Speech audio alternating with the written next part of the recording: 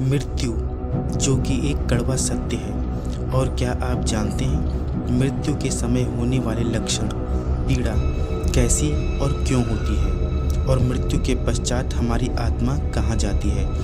गरुड़ पुराण में बताया गया है कि मनुष्य की मृत्यु के पश्चात उसके कर्मों के आधार पर उसे यातनाएं दी जाती हैं, अर्थात मनुष्य अपने वर्तमान शरीर का परित्याग करता है। उस समय क्या होता है, यह सब जानकारी हम आपको इस वीडियो के माध्यम से समझाएंगे। वैदिक और पौराणिक ज्ञान प्राप्त करने के लिए इस चैनल को सब्सक्राइब जरूर करें और अपने मित्रों के साथ शेयर भी करें। आपका अधिक समय ना लेते हुए हम आज की प्रस्तुति आरंभ करते हैं।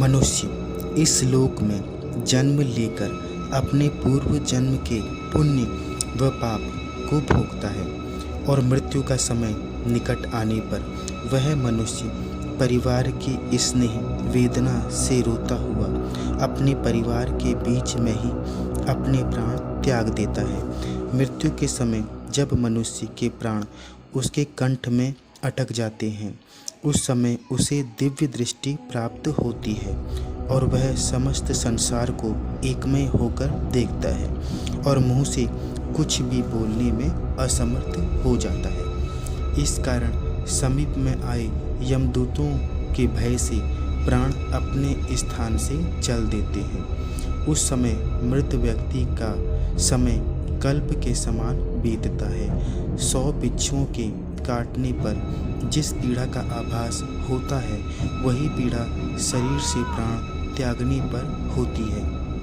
यमदूतों के भय से उस जीव के मुख से लार गिरने लगती है। मृत्यु के समय पापी मनुष्य के प्राण गुदा द्वार से और पुण्यकारी मनुष्य के प्राण मुख से निकलते हैं। प्राण निकलते समय प्राणियों को यमदूत मिलते हैं, जो क्रोधित और लाल नेत्र, भयानक मुख वाले, नग्न शरीर, ऊपर को केस वाले, काले टेढ़े मुख वाले, विशाल काय शरीर वाले यमदूत वहाँ उस समय उपस्थित रहते हैं।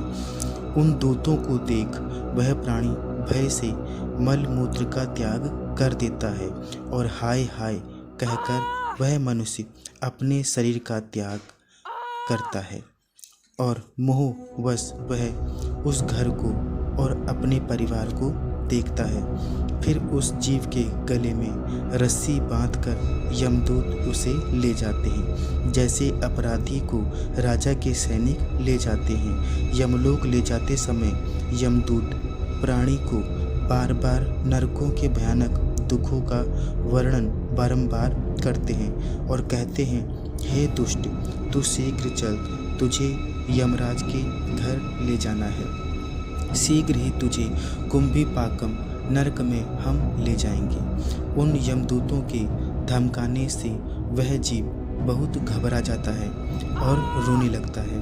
भय से कांपते और अपने पापों का स्मरण करते उस जीव आत्मा को यम मार्ग में कुत्तों से कटवाया जाता है और वह चलने में असमर्थ हो जाता है।